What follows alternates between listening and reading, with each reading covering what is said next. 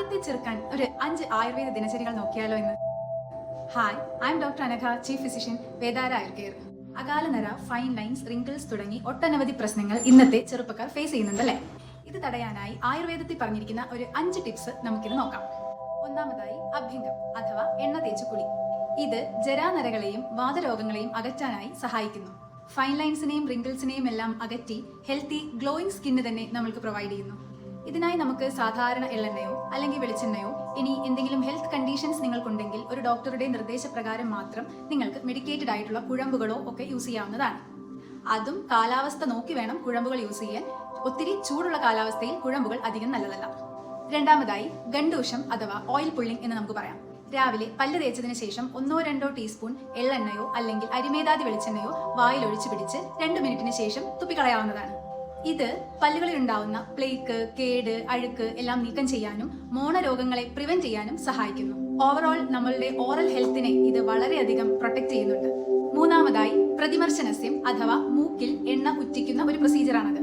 സാധാരണയായി പഞ്ചകർമ്മ പ്രൊസീജിയേഴ്സിൽ നമ്മൾ നസ്യം പറയാറുണ്ട്. പക്ഷേ ഇത് നമ്മൾ വീട്ടിൽ തന്നെ ചെയ്യാവുന്ന ഏറ്റവും സേഫ് ആയിട്ടുള്ള വെറും 2 ഡ്രോപ്പ് മാത്രം ഡോസേജ് വരുന്ന ഒരു പ്രൊസീജിയറാണ്. ഇത് ഡെയിലി ചെയ്യുന്നതിലൂടെ നമ്മൾക്ക് ജരാനരകളെ പ്രിവെന്റ് ചെയ്യാനും നമ്മുടെ സെൻസ് ഓർഗൻസിനെ അത്ര കണ്ട് ആക്റ്റീവായി യൂത്ത്ഫുൾ ആയി നിർത്താനും ഇത് സഹായിക്കുന്നു. ഇതിനായി നമുക്ക് അണുതൈലമാണ് കോമൺലി യൂസ് ചെയ്ത് വരുന്നത്. അണുതൈലം എന്ന് വെച്ച് ചിലർക്ക് അലർജി ഉണ്ടാവാം, അലർജി അല്ലെങ്കിൽ എരിച്ചിൽ പോലെയുള്ള ബുദ്ധിമുട്ടുകൾ ഉണ്ടാവാം. അങ്ങനെയുള്ളവർക്ക് 1-2 തുള്ളി എടുത്ത് ഈ ഭാഗത്തായി അപ്ലൈ ചെയ്ത് കൊടുത്താലും മതി.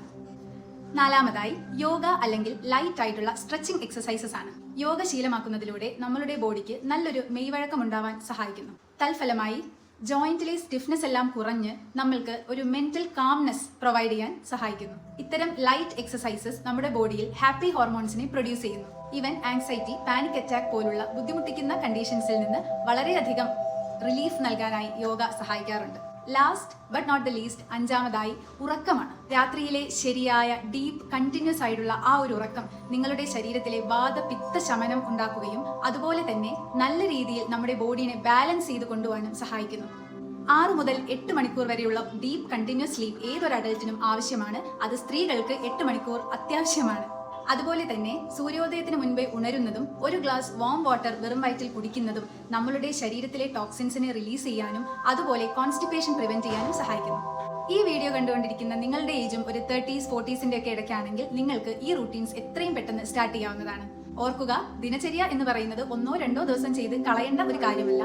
ഇത് നമ്മളുടെ ലൈഫ് സ്റ്റൈലിന്റെ ഭാഗമായി എന്നും നിലനിർത്തേണ്ട കാര്യമാണ്. മറ്റൊരു ടോപ്പിക്കുമായി അടുത്ത വീഡിയോയിൽ കാണാം.